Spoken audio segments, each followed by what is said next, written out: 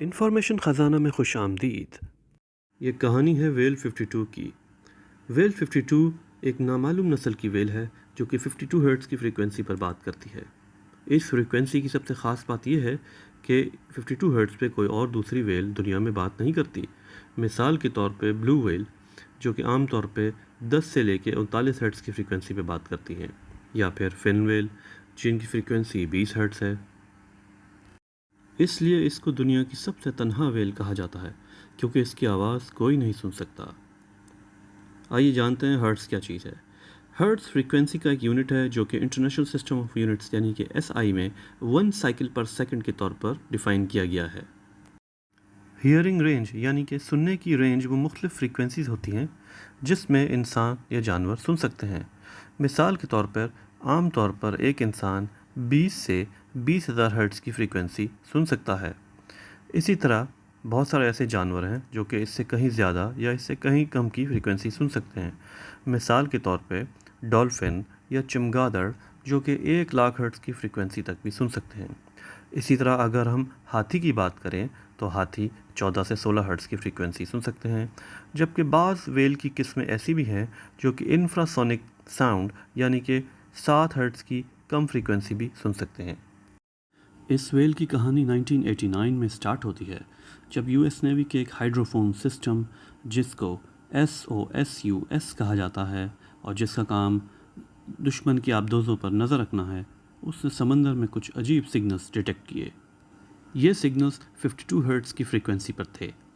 اب سوال یہ پیدا ہوا کہ آخر سمندر کے اندر ایسی کون سی مخلوق ہے جو کہ 52 ہرٹز کی فریکوینسی پر بات کر رہی ہے۔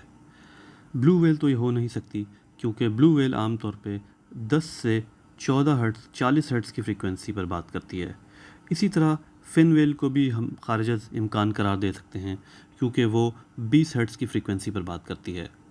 اس بات کا سب سے پہلے پتہ بل واٹکنز نے لگایا جو کہ ووڈز ہول اوشینوگرافک انسٹی ٹیوشن میں میرین میمل ریسرچر ہیں۔ انہوں نے نیوی کی ان ریکارڈنگز کا جائزہ لیا اور وہ اس نتیجے پہ پہنچے کہ یہ کوئی نامعلوم قسم کی ویل کی آوازیں ہیں۔ سائنسدانوں کے مطابق یہ ایک نر یعنی کہ میل ویل ہے جو کہ ہر سال سینٹرل کیلیفورنیا سے ایلوشین آئلینڈز جو کہ نارتھ پیسیفک میں واقع ہیں سفر کرتا ہے۔ ڈیپ سی جرنل کے ایک مقالے کے مطابق یہ ویل ہمیشہ تنہا سفر کرتا ہے، باقی دوسری ویلز کی موجودگی سے بے خبر رہ کے۔ یہ ایک دن میں کبھی کبھار 42 میل تک بھی سفر کر لیتا ہے جو کہ سال میں تقریباً 6,878 میل بن جاتے ہیں۔ اس ویل کے ریپیٹیشن، ڈیوریشن اور سیکوینس پیٹرن کو دیکھا جائے تو یہ ہر دفعہ مختلف معلوم ہوتے ہیں، لیکن چونکہ ویل کی فریکوینسی 52 ہرٹز ہے تو اس کو آئیڈینٹیفائی کرنے میں آسانی رہتی ہے۔ 92 سے اندازہ لگایا گیا ہے کہ اس کی آوازیں تھوڑی سی 50 ہرٹز کے قریب ہوتی جا رہی ہیں، جس سے سائنسدانوں کا یہ اندازہ ہے کہ یہ ویل میچور ہوتا جا رہا ہے، یعنی کہ عمر میں تھوڑا سا بڑا ہوتا جا رہا ہے۔ اس ویل کی موومنٹس ویسے تو بلو ویلز کی طرح ہیں، لیکن جب اس کی ٹائمنگ کو دیکھا جائے تو یہ فن ویل کی طرح لگتی ہے۔ اس کو ہر سال پیسیفک اوشن میں اگست سے دسمبر کے مہینے کے درمیان ڈیٹیکٹ کیا جاتا ہے اور جنوری سے فروری کے درمیان یہ ہائیڈروفون سسٹم کی رینج سے باہر نکل جاتی ہے۔ بتاتا چلوں یہ ہائیڈروفون سسٹم وہی US نیوی کا سسٹم ہے جس کی مدد سے اس ویل کو ڈیٹیکٹ کیا جاتا ہے۔ یہ ویل ایلیوشن اور کوڈیک آئیلینڈز جو کہ شمال میں واقع ہیں وہاں سے لے کر کیلیفورنیا کوسٹ تک جو کہ جنوب میں واقع ہے ہر روز تیرتا ہوا تقریباً 30 سے 70 کلومیٹر کا سفر طے کرتا ہے۔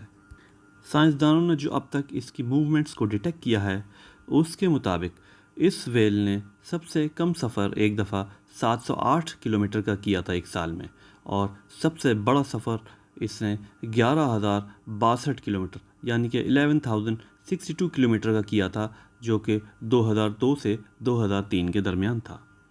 دوسری ویلز کی طرح اس ویل کا کوئی دوست نہیں ہے، اور جہاں تک بات ہے کہ اس کی فریکوینسی 52 ہرٹز کیوں ہے تو اس بارے میں سائنسدان مختلف تھیوریز پیش کرتے ہیں۔ ایک تھیوری یہ کہتی ہے کہ یہ ویل بحری ہے، دوسری تھیوری یہ کہتی ہے کہ یا تو یہ ویل معذور ہے یا اس کو کسی قسم کا مسئلہ لاحق ہے۔ ایک اور تھیوری کے مطابق یہ ویل ایک ویل کی نامعلوم نسل سے تعلق رکھتی ہے جس کے بارے میں ہمیں ابھی کچھ انفارمیشن نہیں ہے۔ چونکہ اس ویل کو اب تک کسی نے نہیں دیکھا، تو جب تک اس کو پکڑا نہیں جاتا اور اس کے اوپر تحقیق نہیں کی جاتی تو اس بارے میں کوئی حتمی رائے دینا بہت مشکل ہے کہ بالآخر یہ ویل ہے کون۔ دوستو، امید کرتا ہوں آپ کو آج کی ویڈیو پسند آئی ہوگی۔ اب ہم ملتے ہیں اگلی ویڈیو میں۔